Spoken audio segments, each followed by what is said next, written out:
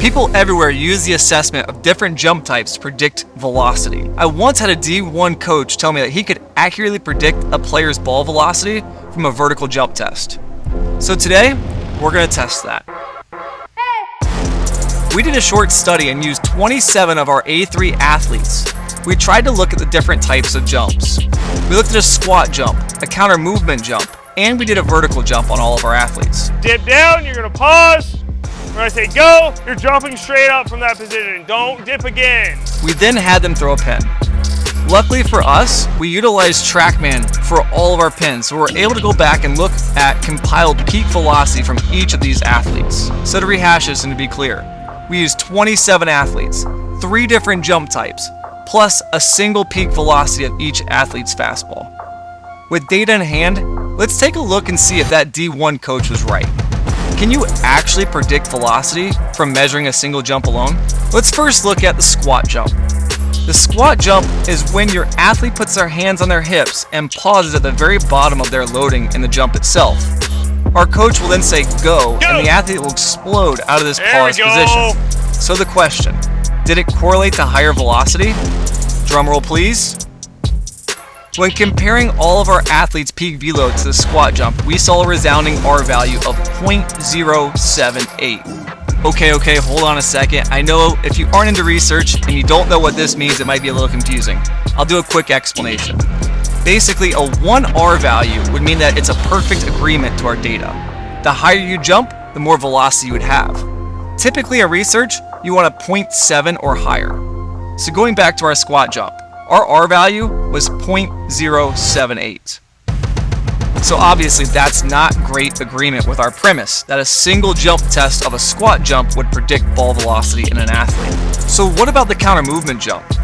The counter movement jump requires the athlete to place their hands on their hips and go through a full load into a full jump while retaining the hands on the hips the whole time. Could this extra loading and jumping express a better correlation to ball velocity? Again with the drums please. The counter movement jump R value equaled 0.134. Dang, that's another low correlation, right? But this one's a touch higher, so maybe there's something to do with this momentum thing. If momentum would make an impact on our last jump type, then this next jump type should definitely correlate to a higher ball velocity.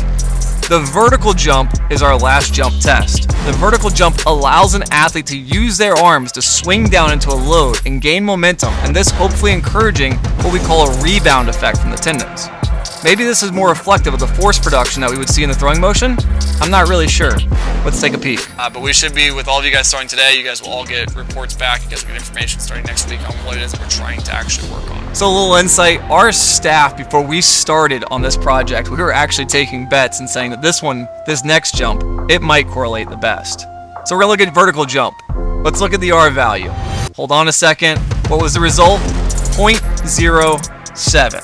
So that's all 3 jumps and no correlation to ball velocity. Kinda awkward. Unless this coach had a crystal ball from that Division I school, it doesn't seem that he could just take an athlete's jump and determine if they threw hard. Seems his keen eye for quickly assessing ball velocity from a single jump was just an odd myth he was probably trying to sell our staff. So with this result, you might wonder if there isn't a clear-cut correlation to ball velocity, why would anyone jump test at all? Does jump testing even have an actual value? I think it's important to wrap this up and to explain there's a possible value for jump testing.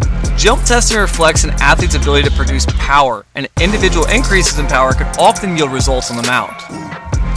You have to acknowledge the skill of pitching and the idea that when we throw, there is a well-timed orchestra of synchronization of our body that is required to produce force upon the baseball to produce ball velocity.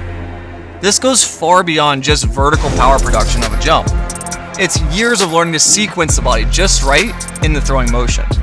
So in conclusion, is jump testing good? Yes, absolutely. Vertical power production increases could actually aid overall force production during the throwing motion and thus produce higher ball velocity. To note this change in velocity though, we need to look at the individual athlete over time.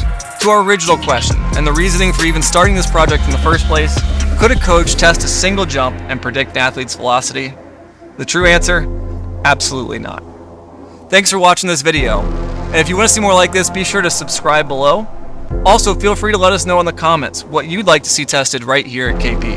As always, guys, let's climb.